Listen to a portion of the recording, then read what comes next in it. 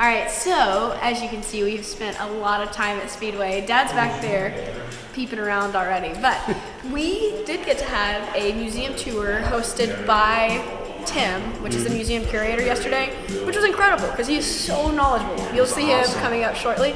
But as we went through, we didn't even get to touch a fraction of this, but we decided to pick our top 10, me, Nolan, and Dad, our top 10 cars, all for different reasons. Yep. So we're gonna go through and show you guys, but this doesn't do the museum justice. Not really, there's so much stuff here. We had a hard time narrowing it down to a few for each of us almost. Yeah, and it's kind of hard to pick the top 10, and the thing is, there's so much more than just cars. So many eras. There's so many engines. I don't even want to open that can of worms because there's so many different special engines. One of a kind engines. Yep. One only in the universe, one only, Tim, as Tim says, the only one in the universe. Yeah. Music stuff and guitars and lunchboxes toys, and pedal cars. So there's a lot, but we're gonna do the top 10 cars, and we're gonna show you guys what we've been looking at.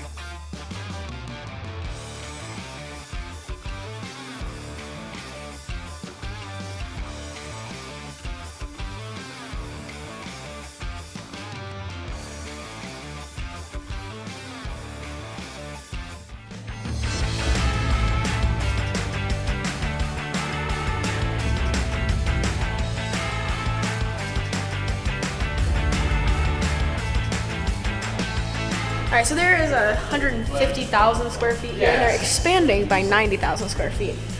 We're not doing top 10 cars in the order of top 10 because I don't think we could do that. These are just 10 that really stood out to us, and I think Nolan wants to take this one away. Yeah, so this really impressed me. It's right through the front doors, really, of the museum. It's an A.J. Watson Roadster. If you know anything about Indy, they won many, many years, and he was a terrific car builder.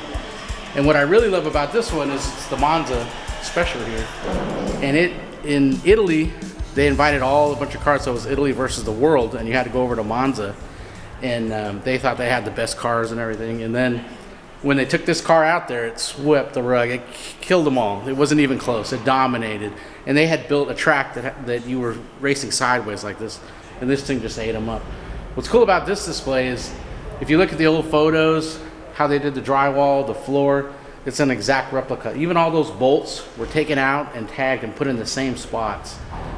Even down to the nails that were hit in wrong and they're crooked, they copied that on these walls. So this is exactly what the garage looked like when he left. So this is one of my favorite things because it's so detailed and it really gives you an idea of what the garage was like when he was working in it.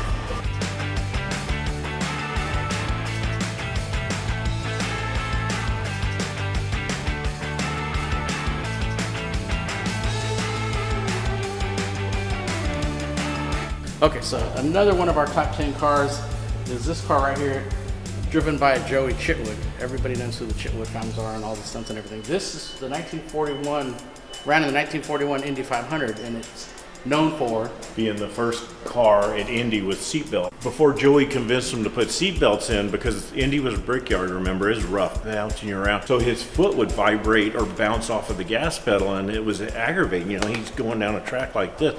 He thought that he could do a better job of driving if he was belted in. Evidently, Indy, the official, said, no way, we're not going to have a seatbelt in a car. It's too dangerous. It's too dangerous. In the event of fire. So their thinking at the time was they'd rather see the driver thrown free away from the car than to be belted in and rolling, because they didn't have roll bars back then. So it's pretty iconic. This is the first car with seatbelts.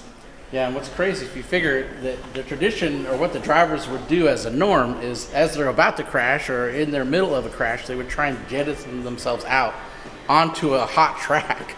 With other cars coming because they were more afraid of getting burned, which is what most people died with. The AAA officials, it was safer to have the seatbelt, and he had to prove by unbuckling and get out of the car that he could do it fast because they thought it was a safety risk, the seatbelts. And my theory is, if I was one of those officials, I'm going to say, if you're flipping and your arms are flailing, you're not going to be unbuckling a seatbelt. But he was able to convince them, so the beginning of seatbelts here. Maybe the world's best salesman too. Yeah, pretty cool.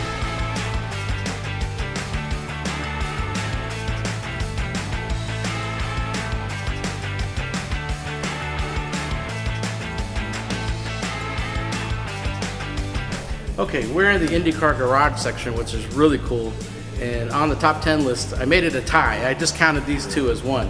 So this is Al Unser's Senior's Johnny Lightning car. Now, what's fantastic about this car is, that was a toy maker and it's very iconic, so everybody remembers growing up and seeing this car. So the great thing about Al is he won 4 Indy 500s. And if you look over here, it's Bobby Unser's car, which is a Gurney Eagle from '71, another iconic thing. So Iskey did a lot of work with Dan Gurney also. But that's Bobby Unser's car, and he won 3 Indy 500s. So between the two brothers, they won 7 Indy 500s, and then Al Unser Jr. won 2. So that's a lot of Indy 500s. It's only been 104 of them so far. So they won a good chunk of them. But to see these cars together, you don't really see that anywhere except the Indy Museum, so it's fantastic to be able to see them out here. But with our long history of the Unser family, I had to put these in the top 10.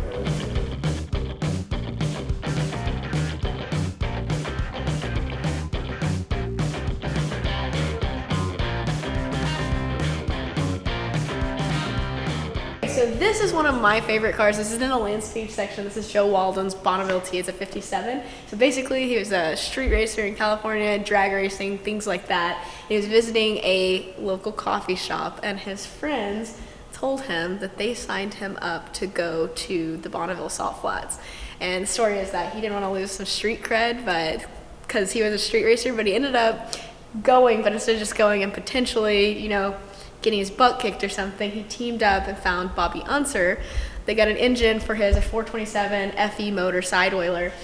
They went out to the salts, drove the car to the salt flats, him and his friend Vern, and drove the car to 200 miles an hour, over 200. So it's the first street-driven car that went to the salt flats, then ran 200. So kind of special because it reminds me of stuff like Drag Week. Not the only reason that it's special, but I'm saying that's one of the reasons it stood out to me, but that's really pretty cool, pretty iconic that car, sitting like it is, went 200, and supposedly that's the original paint. Don't know if that's true, but that's what they said. Looks pretty good. What can I do?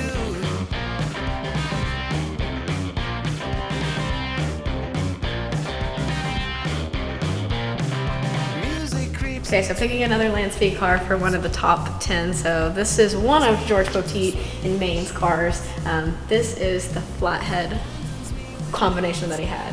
It's really impressive. I guess it's the world's fastest flathead. Which understandably so. It just blows my mind. Look at that car. That looks like it could have 2 426 based Hemis in there, but it's got a single flathead in it.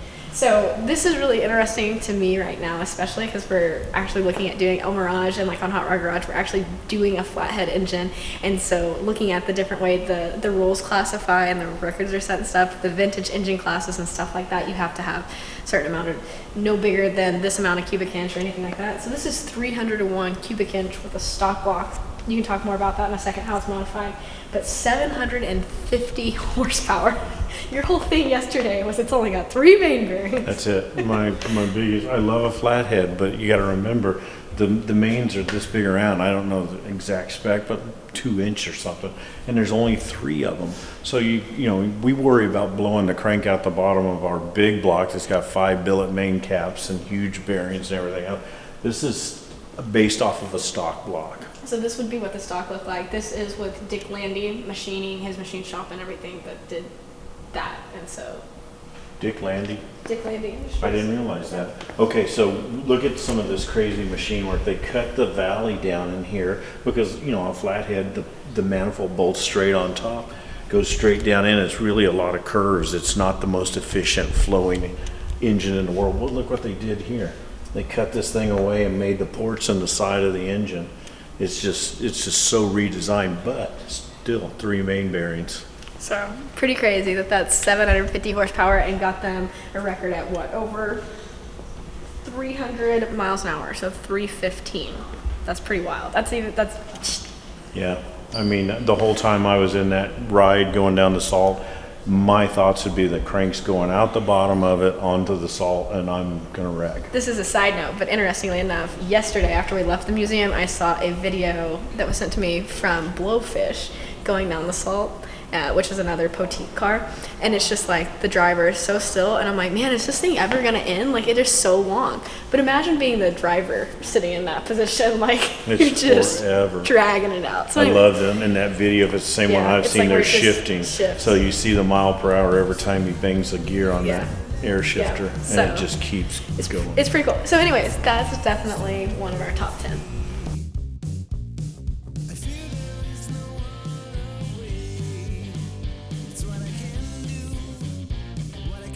Okay, so another car in my top 10 is this car from Dick Landy.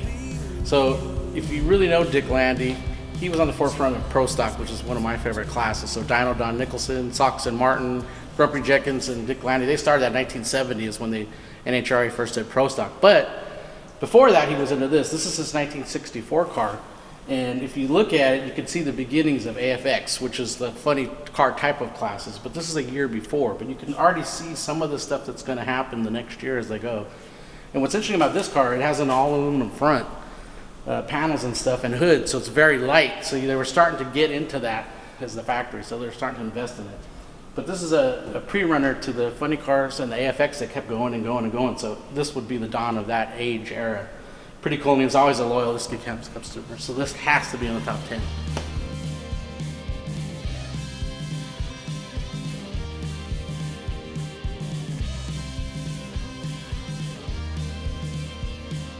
This looks like just a front engine dragster. Dad will talk more about that in a second, but it's not. So this was built by the Dittmar brothers in West Iowa in their mom's 2-car garage. And it's really a pretty special car. It's very competitive when it was out, but it's only out for 1 year because But that's what makes it special, It yeah. is. So we think about front engine dragsters, and they're super cool, and we're drag racers, so naturally we love them. But there's a car sitting back here that more represents the majority of front engine dragsters. What's different? They look the same, and it appeared to me instantly as soon as I walk in. Look at the engine. It's an Elephant. That's a 426 Hemi. That's not a 392 Hemi. That one back there is 392, like most of them were. But when they started getting faster and they came out and started using the 426 in the early 70s, the car was kind of unsafe at any speed, so to speak. Too much engine, not enough car. Yeah. So that's when they said the story of this car is they ran it for 1 year. That pretty much took everything they could come up with to build it in their garage. They ran it. It was successful, but by the next year, rear engine dragsters were the thing. So they couldn't afford to do another chassis, so they just parked it. So there's only a year or two you'll see a front engine 426 based dragster. And that's why it's in our top 10. It is.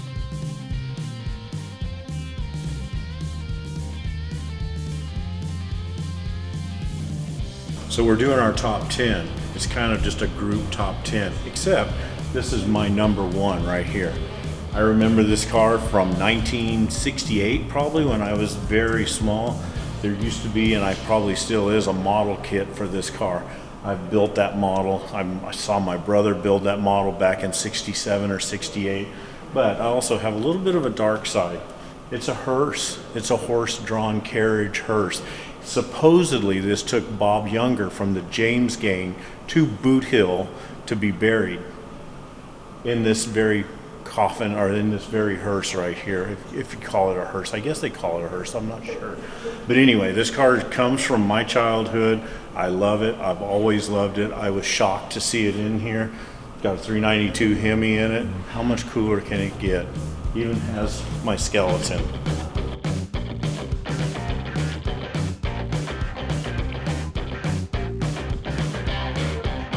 Okay, so out of all the awesome cars in this museum, besides Ed's car, this is my number one favorite car, the Red Baron. The gentleman named Larrabee built this thing, and the reason why I love this car, I would actually take this home, is because this is one of my first Hot Wheels growing up. So as from far back as I can remember, I always had a Red Baron Hot Wheel. I built all the models, I collected all the cars, I built a big giant model, but I never thought I'd see it in person. So when we walked in here and I saw this, it's like the heavens opened up. It is so cool. The detail on it compared to all of my little Hot Wheels and stuff is wonderful. I'd love to have a car with machine guns on it. But this is my number one. It's kind of crazy that that's what it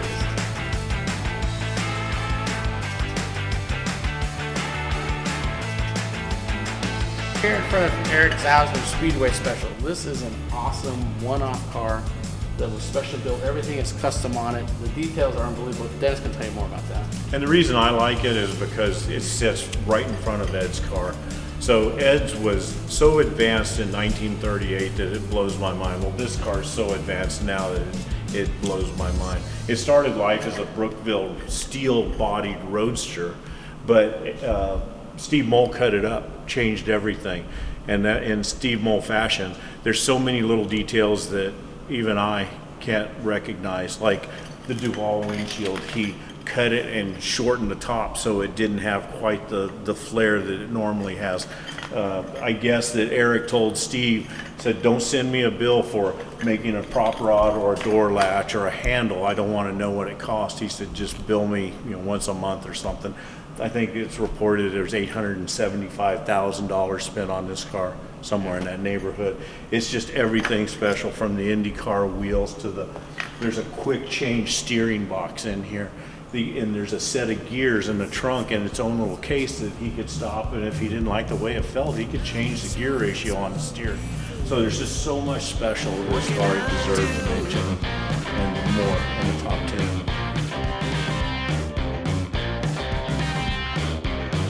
Alright, so behind me is a car that I really enjoyed the story of, but I can't do it justice, but it's worthy of being on our list, so Joe is going to do that. So I'll do my best. I really love this car. I always say I'm not a Corvette guy, but I absolutely love this car because of the people that were involved with it. So when Chevy was trying to prove out the Rochester Fuelie in the mid-50s, they created a few race cars, and then that was kind of their R&D program, was to send these race cars out and campaign them and sort of prove out their fuel injection. So, this car was touched by Zora Arkus Duntov, this car was touched by Bill Mitchell, all of these really big wigs at GM at the time were involved in this very car. And, that alone makes it remarkable, but then it did what it needed to do, wound up on a used car lot in Chicago, and was purchased by this guy who just used it as his regular daily transportation, and he painted it from white with the blue stripes. He painted it with this gold flake, and that kind of disguised this really rare special car and let it kind of hide in plain sight. So for years and years and years, he just drove this thing around, and Corvette collector guys didn't even know what it was. Fast forward years and years later, he was old and in poor health. Corvette collector named Joe Tribulek found the car and sort of brought it out, and has brought it here to allow us to tell its story. But it's just so cool that this car was what it was, and then ended up hiding for all of those years under this gold paint. So another car that made our top 10, this is a pretty special combo. I really like it, but I've got to have a soft spot for T models. So it's reported that this truck actually hauled this Speedway special dirt car from track to track and state to state. It was based out of Colorado, but they say that he hauled that all the way to California in the 30s, I guess, to race this car. It's got a Frontenac overhead valve conversion head on the T model block. This is a TT truck, so it's a big truck, what they would call. It has a different rear end than a T has, so it has a different kind of ring gear. As you can see, that one's worn out. What? I love that. Don't do that when you come. Don't do that when you come.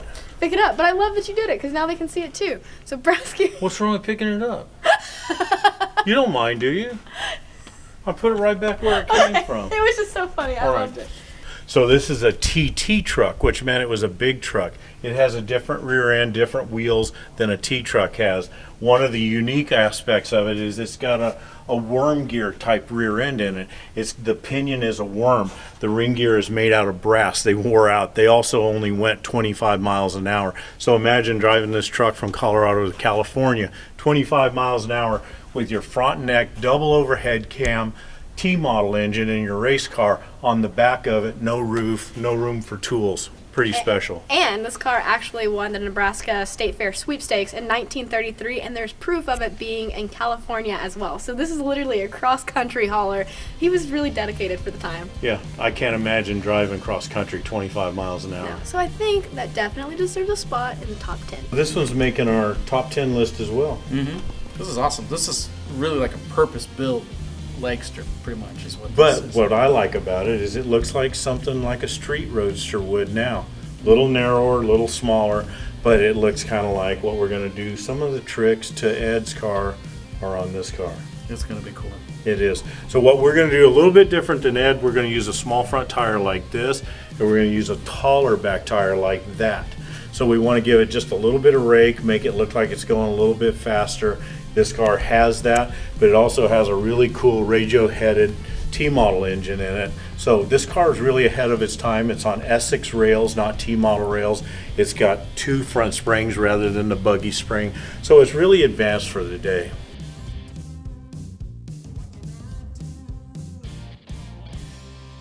Okay, I hope you guys have enjoyed our top 10. Top 13. Actually, we scooted a few more in there. I don't know if you guys were counting or not, but there was definitely more than 10. We somehow kept it to 13, It was hard. but we didn't do it justice. And the only thing that keeps it to 13 is time, Yes. because we could have a top 100. Speaking of time, there is a lot in this museum, and we actually, at the time of shooting this, haven't even seen it all. So there's multiple floors. Downstairs, a lot of cars. We got to spend a lot of time there, but as you can see behind us, this is a flathead intake wall. None of them are the same. There's different flatheads, and it was funny. Kinds and where- Yesterday, Nolan was telling Dad and I, you know that one special engine? Yeah. That one that had some. And it was that vague. It's like the one in the crate. Wait, which one? the one that had the one-off head. Yeah, exactly. Like- They're Every all head- that way. This whole thing is about flathead heads. These are all aftermarket heads for flatheads. Who had any idea that there was 50, 60 different manufacturers? Yeah. So we were So like, many. Nolan, that's all of them. Yeah, I know, it is all of them. I know, it's hard to be specific when everything is one in the universe, like Yeah. Tim says. Yeah. So Crazy. It really is really special. It's a really cool museum. We only kind of hopefully sparked your interest enough that you might want to come to the Speedway Motors Museum of American Speed. I mean, the name alone would make you want to come. That's the difference I really find. That this is speed. It's not transportation like you see a lot of museums. It is speed, so it's all That's a good racing point. stuff. That's why I love this museum. I I agree. think that's what sets it apart. I mean, it's all racing. Guys that Everything in understand. here is about speed, which we're all about. Yeah. You know, it's cool to see original old stuff, but it's more cool to see everything is based around So many hot rods. historical cars. And yeah, that's the thing. That's for me that I really like is the fact that it's not just here's a car that was number 1 off the production line. It's pristine. It has no miles on it. It's like all of these cars, for the most part, were rode hard, put up wet, or if not, they have a really, really good story. And so they're basically living pieces. Like if you could hear them talk, you'd be here forever. There's a lot. Some of them even took their driver out. Yeah, That's so- kind of Yeah, scary. there's a but- lot of history. It's a Yeah, lot of A lot of history. history covering all the years. What's cool is we're looking forward to coming back because we didn't even get to the 3rd floor. We haven't even made We've only been the first 2 floors. That's true. So When we come back, I'm spending more time in Flathead Row. Yeah. There's There. like, what, 300, 400, 500 intake manifolds over there. I think I need to look at each one of them. So with that said, we all have to get back. You need to go to work. Back to Iski. We have a car delivery. You're getting ready to have a lot of work. Yep. So stay tuned, guys, because there's a lot coming on there and there and here and all the place. He's about to be in the middle of a project. Super busy. So Okay, I'm out of here.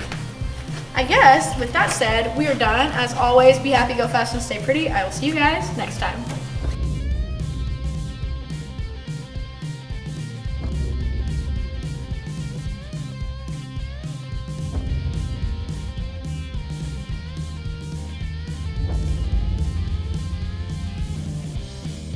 Just want to give a big shout out and thank you to Speedway Motors for being a great partner on this build. If you want to see products that we've used during this series, check the link below, or if you want to follow them, also check those links below. It's awesome. Working with another iconic family company has been great. And thank you, Speedway, for making my life easier. That's the main thing here. Yeah.